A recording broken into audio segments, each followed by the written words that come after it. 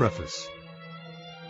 The feeling of having no power over people and events is generally unbearable to us. When we feel helpless, we feel miserable. No one wants less power.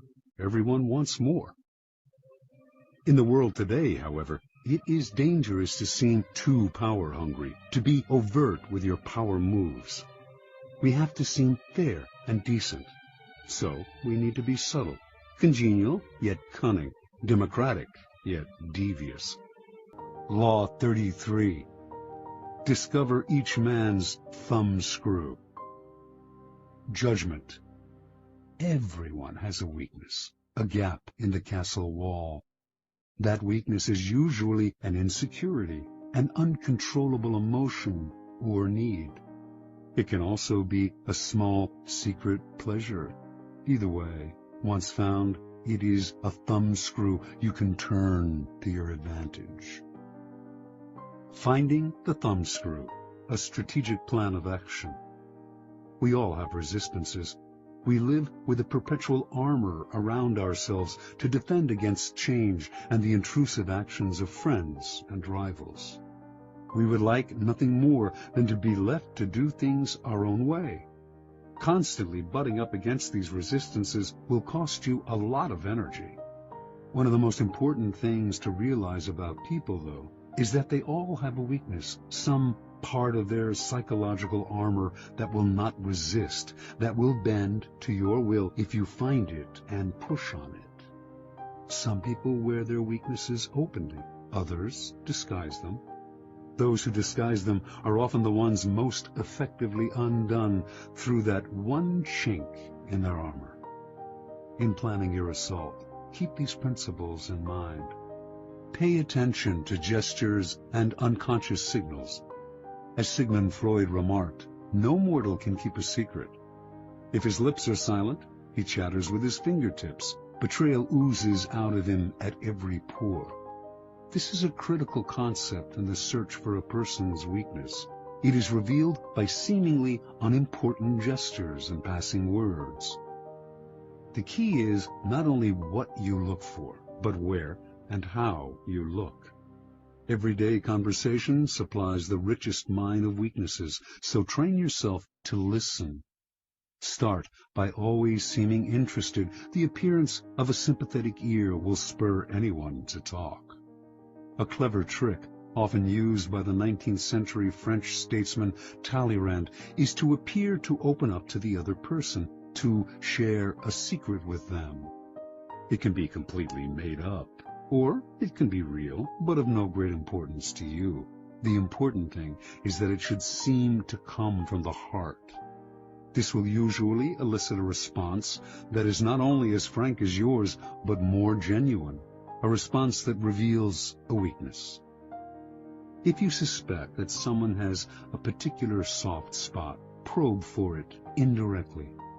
If, for instance, you sense that a man has a need to be loved, openly flatter him. If he laps up your compliments, no matter how obvious, you are on the right track.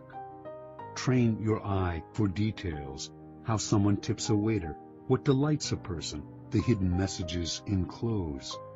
Find people's idols, the things they worship and will do anything to get. Perhaps you can be the supplier of their fantasies. Find the helpless child.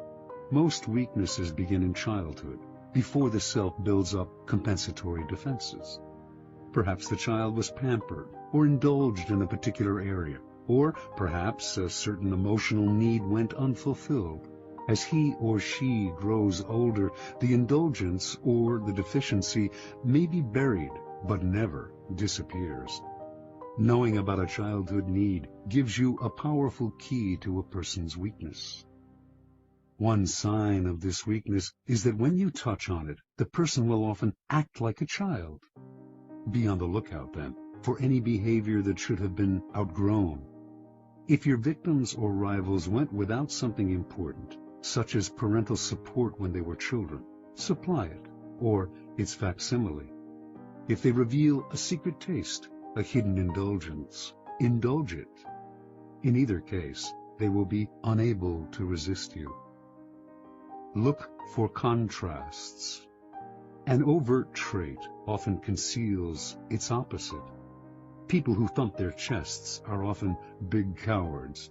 A prudish exterior may hide a lascivious soul. The uptight are often screaming for adventure. The shy are dying for attention. By probing beyond appearances, you will often find people's weaknesses in the opposite of the qualities they reveal to you. Find the weak link. Sometimes in your search for weaknesses, it is not what, but who that matters.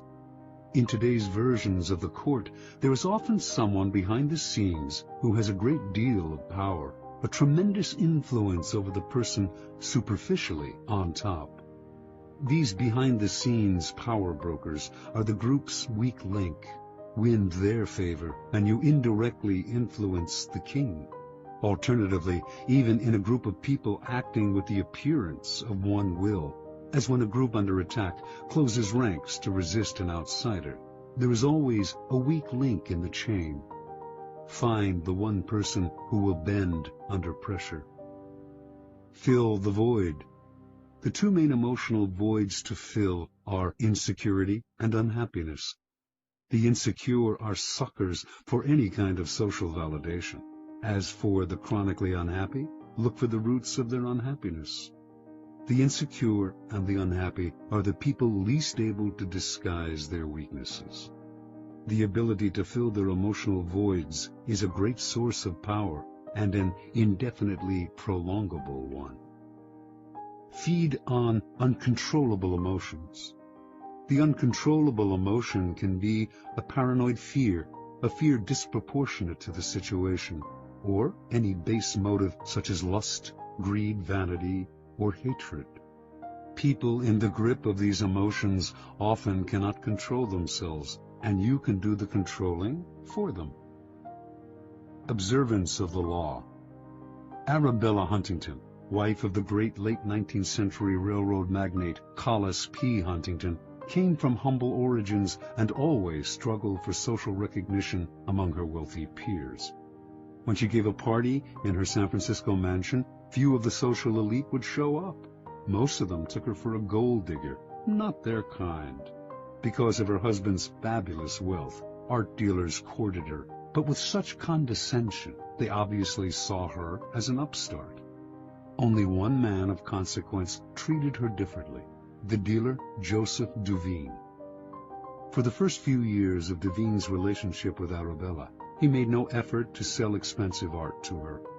Instead, he accompanied her to fine stores, chatted endlessly about queens and princesses he knew, on and on. At last, she thought a man who treated her as an equal, even a superior, in high society. Meanwhile, if Duveen did not try to sell art to her, he did subtly educate her in his aesthetic ideas, namely, that the best art was the most expensive art. And after Arabella had soaked up his way of seeing things, Duveen would act as if she always had exquisite taste, even though before she met him her aesthetics had been abysmal. When Collis Huntington died in 1900, Arabella came into a fortune. She suddenly started to buy expensive paintings, by Rembrandt and Velázquez, for example, and only from Duveen. Years later, Duveen sold her Gainsborough's Blue Boy for the highest price ever paid for a work of art at the time, an astounding purchase for a family that previously had shown little interest in collecting. Interpretation. Joseph Duveen instantly understood Arabella Huntington and what made her tick. She wanted to feel important, at home in society. Intensely insecure about her lower-class background, she needed confirmation of her new social status. Duveen waited. Instead of rushing into trying to persuade her to collect art, he subtly went to work on her weaknesses. He made her feel that she deserved his attention not because she was the wife of one of the wealthiest men in the world, but because of her own special character, and this completely melted her. Duveen never condescended to Arabella. Rather than lecturing to her, he instilled his ideas in her indirectly, The result was one of his best and most devoted clients, and also the sale of the Blue Boy. People's need for validation and recognition, their need to feel important, is the best kind of weakness to exploit. First, it is almost universal. Second, exploiting it is so very easy. All you have to do is find ways to make people feel better about their taste, their social standing, their intelligence. Once the fish are hooked, you can reel them in again and again for years. You are filling a positive role, giving them what they cannot get on their own. They may never suspect that you are turning them like a thumbscrew, and if they do, they may not care, because you are making them feel better about themselves, and that is worth any price.